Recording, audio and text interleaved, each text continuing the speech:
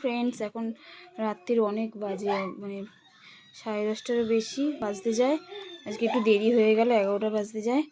তা মেয়েকেই সবে খাওয়াতে বসলাম। তা এখন শুধু নুন দিয়ে ভাত খাবো, আর কিচ্ছু রাত্রেবেলা নিয়ে নিই। তা মাম্মাম বসো, আসো।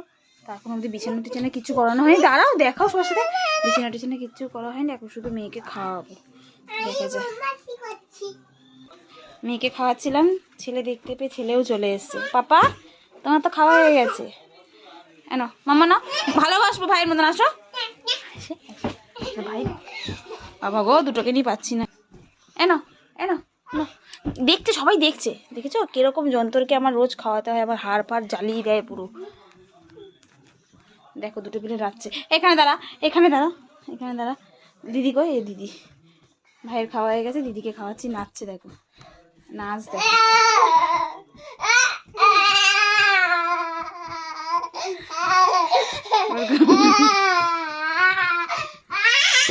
এইদিকে এইদিকে যা। নাচতে নাচতে গায়ে পড়ে গেছে।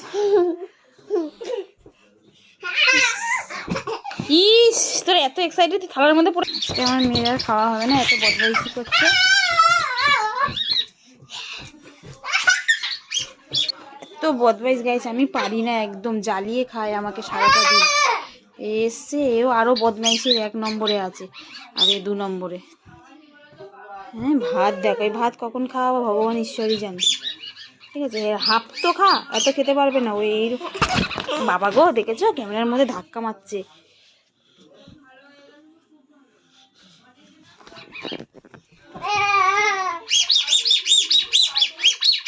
আমি আর কথা বলতে পারছি না গাইজ, খুব বদমাইশি করছে দুটো, একদম পারা যাচ্ছে না। আমি তাই রেখে দিলাম। গুড নাইট সবাই, ভালো থেকো, শুভরাত্রি, টাটা।